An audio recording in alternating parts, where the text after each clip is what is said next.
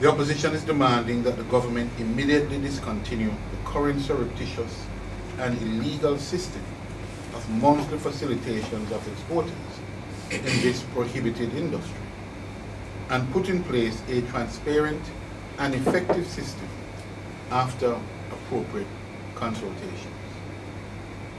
The opposition will be making a request for the Contractor General's Office to investigate any sale of scrap metal by JRC and or any other government entity engaging in this industry, and whether the proceeds of such sale was deposited in the public purse.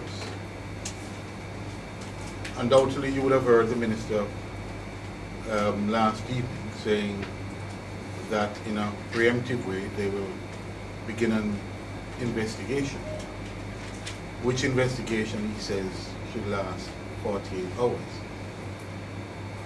The opposition would like the Minister to answer questions posed as part of that investigation, and of course we look forward to sharing with the general public the conclusion of that investigation and the basis for those conclusions. Thank you.